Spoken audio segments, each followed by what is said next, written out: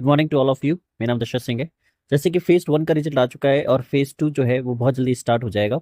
तो फेज 2 में सबसे पहले होगा फिजिकल को लेके मैं कुछ आपके साथ अपना एक्सपीरियंस शेयर करना चाहता हूँ, जो मैं बच्चों से प्रैक्टिकली पूछता हूँ कि उनका फेज 2 में स्पेशली फिजिकल को लेके क्या उनका अनुभव रहता है। तो देखिए, सबसे पहले तो होगी आपकी रनिंग, जो 1.6 1600 आपका होगा। ठीक है, 1.5 किलोमीटर के लगभग।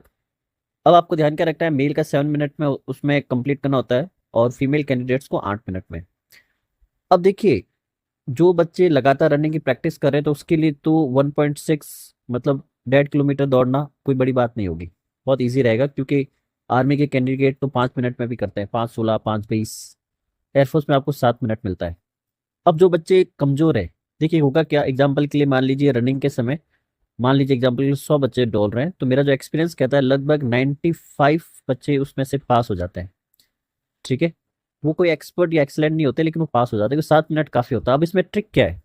ट्रिक ये है, या तो जो बच्चा अच्छा दौड़ता है आप उसके साथ हो लो।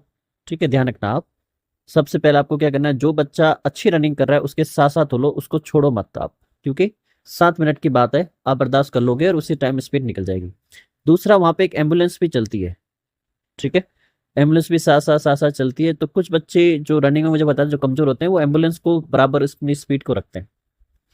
ये दो फॉर्मूला आप कर सकते हैं। बेसिक सा क्या है, अगर आप रनिंग दौड़ते रहे और थोड़ी बहुत भी आपने प्रैक्टिस करी है तो 7 मिनट में आप 1600 आराम से दौड़ जाएंगे। ठीक है, फीमेल के लिए तो 8 मिनट है। वो इनको ट्रिक, अपने जो लड़की अच्छी दौड़ रही है उसको फॉलो कर लो, बराबर रहो, साथ साथ रहो बिल्कुल। या एम्बुलेंस या कोई गाड़ी चल रही है उसको आप बिल्कुल साथ साथ रहो। ठीक है, 8 मिनट 7 मिनट 1600 के लिए बहुत होते हैं, बच्चे 5 5 मिनट में पूरा करते हैं। तो रनिंग में आपको ध्यान रखना, जो भी बच्चा अच्छा दौड़ रहा है या अगर कोई गाड़ी चल रही है एम्बुलेंस टाइप, तो आप उसके साथ साथ हो लो। आपको बस रुकना नहीं, अगर आप रुकोगे तो फंसोगे। एक सिंपल सा बेसिक है, रुकना नहीं है। ठीक है। सेकंड जो चुनौती रहेगी, पुशअप। पुशअप बहुत बड़ी चुनौती है। मेरा अनुभव जो कहता है, अगर 100 बच्चे पुशअप कर रहे हैं तो उसमें से 35 बार हो जाते हैं। ध्यान रखना आप, यही फिजिकल में सबसे बड़ी चुनौती है, पुशअप। ठीक है, पुशअप का पोज आप, हमने भी काफी वीडियो बनाए हैं, या जो भी ट्रेनर आपको ट्रेनिंग करवा रहे हैं, पुशअप का पोज का आप ध्यान रखिए। 8 से 10 सेकंड का आपको गैप दे सकते हैं पुशअप के समय। लिखा हुआ 1 मिनट में है। 10 पुशअप निकालने कोई बड़ी बात नहीं है, लेकिन पुशअप में जो आपका बॉडी का पोज आ रहा है उसको आप अच्छे से मॉनिटर करें। कोई प्रोफेशनल ट्रेनर को ज्वाइन करें, वो आपको गाइडेंस देगा। हमने भी इस पे काफी वीडियो अपने चैनल पे डाल रखे हैं। इसको आप सबसे ज्यादा रहें, क्योंकि मेरा अनुभव जो कहता है, 100 बच्चे अगर पुशअप के लिए जा रहे हैं तो 35 पार हो जाते हैं।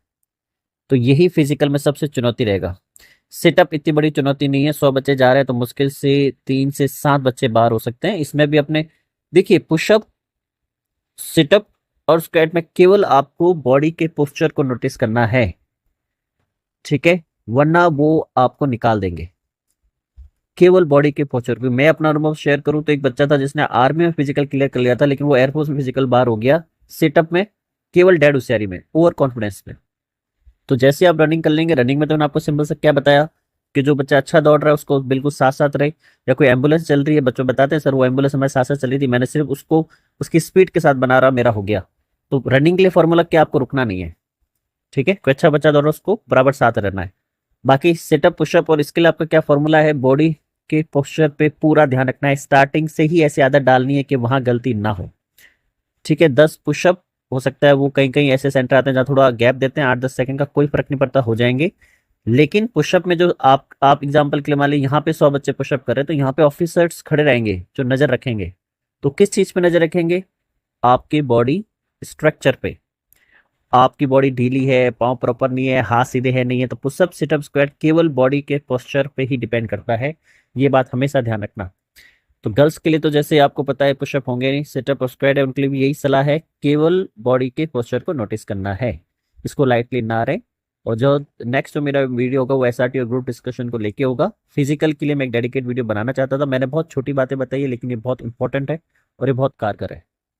ठीक है, चलिए, बाकी कोई डाउट हो वीडियो पे कमेंट करेगा, वीडियो को लाइक करेगा, चैनल को सब्सक्राइब करेगा। Thank you for watching. Thank